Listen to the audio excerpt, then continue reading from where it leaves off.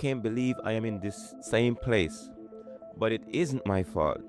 It still take a long time to get out. Chapter 3, walked on the same street. There's a deep hole in the sidewalk. See it there. I still fall. It is a habit, but my eyes are open. I know where I am. I know where I am. This is my fault. I get out immediately. Chapter 4, walk down the same street. There's a deep hole in the sidewalk. I walk around it. Chapter 5, walk down another street. For the folks that do not know Rachel Cronin, she's a longtime friend. We have more to talk about as this conversation goes on, and we can take that on a journey.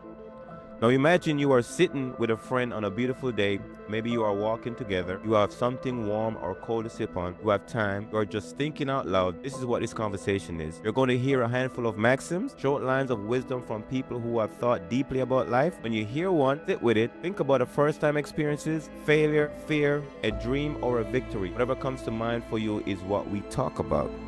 If someone listens to this in the future and hear your thoughts, what would you want them to walk away with? This is the spirit you bring to this conversation. So welcome Rachel Cronin to Memoirs podcast. And again, the question is, what is it that you want to talk about today? Thank you so much, Asher. That poem is such a great choice. I look at that as an arc, not just for my life, but probably for other people out there as well.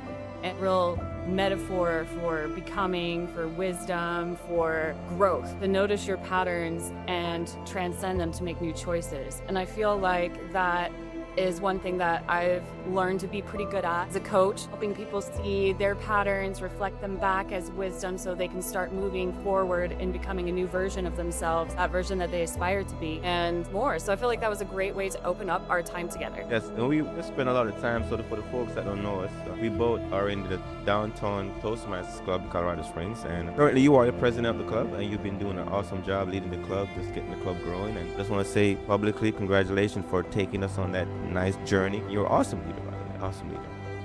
Oh, thank you. It's been a joy this past year, a big learning experience. Probably a couple of times where I went down the same street and fell in the hole and then went around the hole.